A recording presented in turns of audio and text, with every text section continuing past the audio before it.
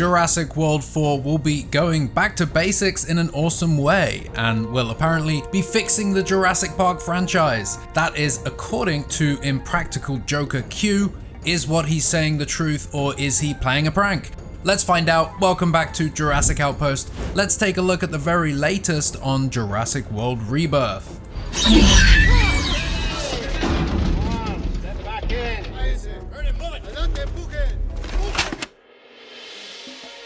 Welcome back to another Jurassic World Rebirth update video. In this one, we'll be going over the latest from the filming in Malta. The movie is currently shooting in water tanks and locations near the ocean there on the island of Malta, which has led many to speculate about just how much time this movie will be spending on the water. We know that water finds a way. Before we get to that, however, something quite exciting has come about. It appears that Brian Quinn, known as Q on the show Impractical Jokers, spoke on a podcast about the upcoming Jurassic World movie. The clip was found by thejurassicartist on Instagram, so I do want to thank them for sharing this. Be sure to give their artwork a look and give them a follow.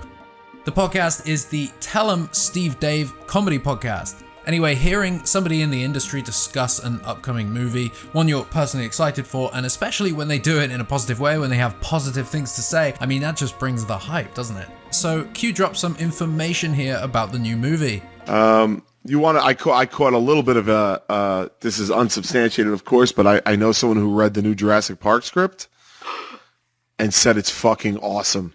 They're fixing Jurassic Park with this, I was told. But there's a franchise. There's a good example of a franchise. I have never been in love. I don't know what you can do after the first one. So I'm very interested to see what on earth you can do different. What new spin you could put on dinosaurs attacking humans. I got the sense that it wasn't a totally new spin so much as back to basics in an awesome way. Is kind of what I was the vibe I was picking up. And basics would be dinosaurs eating humans? I'm guessing they're in the jungle, getting eaten by dinosaurs and shit like that. So yeah, cool. More of that. But here you go. You remember this? I don't know. Pratt's not in, and I'm not going. No? You done? Wait, did I just step on a toe? I'm sorry. I don't care. Pratt, fuck Pratt. Get him out of there. The big wigs are listening. They don't know what to say. Speculation truly is running rampant about what this next movie is about. What exactly the master David Koepp and of course Gareth Edwards have up their sleeve, where it's set, who the new characters are. So one of the podcast hosts bounced back and asks what you can really do with the franchise. I have never been in love. I don't know what you can do after the first one. So I'm very interested to see what on earth you can do different. What new spin you could put on dinosaurs attacking humans.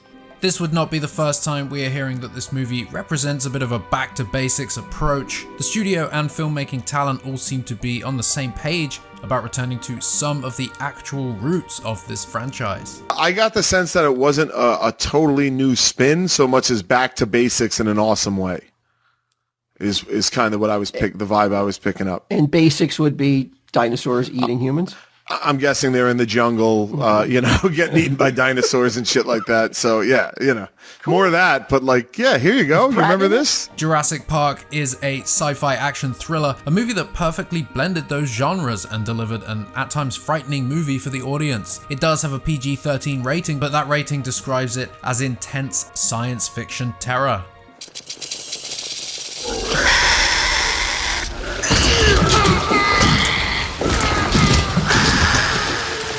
The Lost World continued down this path. The abandoned islands and the dinosaurs on them, they're just scary, right? And the movie, well, the first two Jurassic movies don't hold back on showing us that.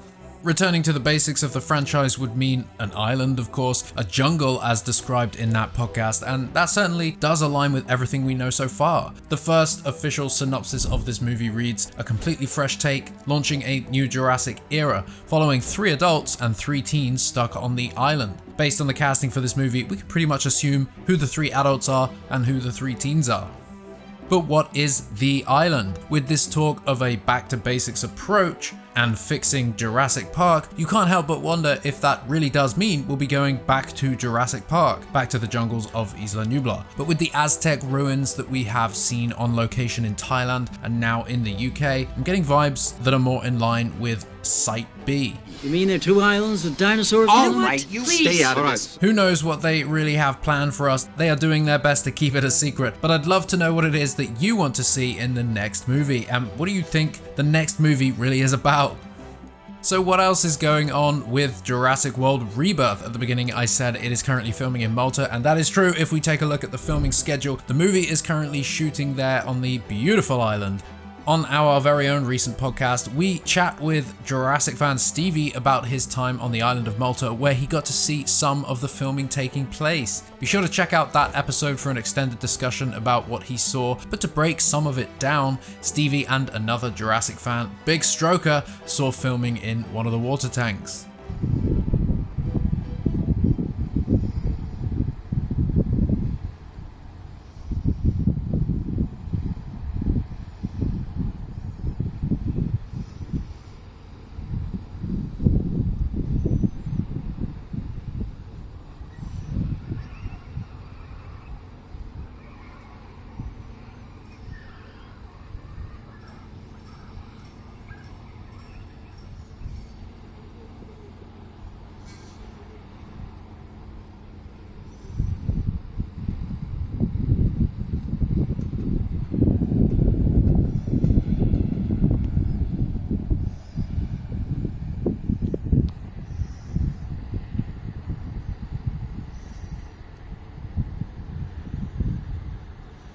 Thanks to both Stevie and Big Stroker for their clips from Malta. It certainly is exciting to ponder what these could be.